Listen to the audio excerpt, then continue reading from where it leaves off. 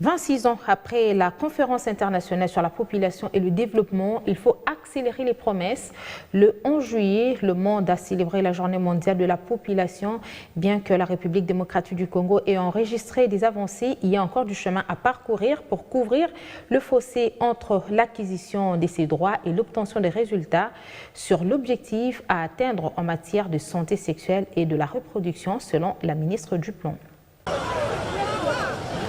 Au moment où le monde entier célèbre la journée mondiale de la population, qui peut aujourd'hui nous dire le nombre d'habitants en RDC?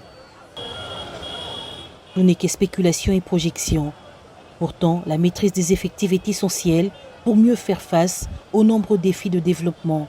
Les populations congolaises sont aujourd'hui confrontées à de nombreux défis.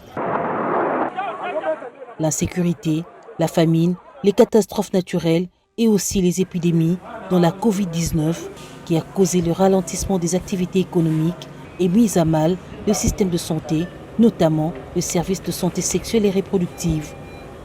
Les chaînes d'approvisionnement sont perturbées, ce qui rend difficile la situation dans plusieurs pays, dont la RDC. Classée 5e au monde, parmi les pays à forte fécondité, la RDC enregistre encore une mortalité maternelle très élevée, mais aussi un manque de données fiables pour la planification et le développement. Face à ces nombreux défis, l'UNFPA s'est engagé aux côtés du gouvernement congolais pour protéger les femmes et les nouveau-nés, mais aussi le personnel soignant.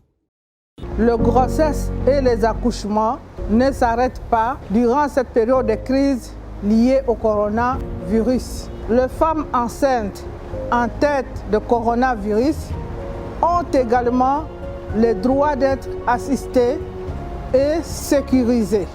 C'est pourquoi nous accompagnons le prestataire qui travaille en obstétrique, le sage-femme et autres prestataires qui assurent que les femmes ne meurent pas en donnant la vie ont le droit d'être protégées et sécurisées.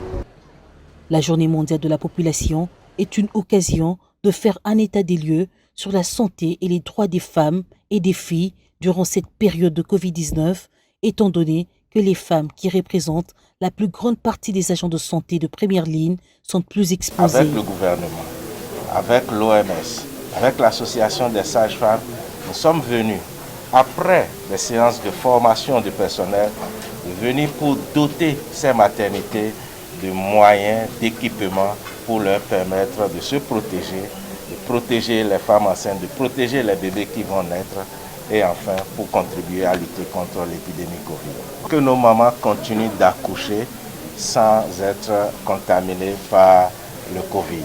Que les sages-femmes continuent de prester sans aussi avoir le Covid. Selon les chercheurs, 70% de la population mondiale seront touchés par la Covid-19. Pourtant, de nombreux pays se sont engagés pour l'atteinte des objectifs de développement durable à d'ici 2030 en privilégiant la santé sexuelle et reproductive.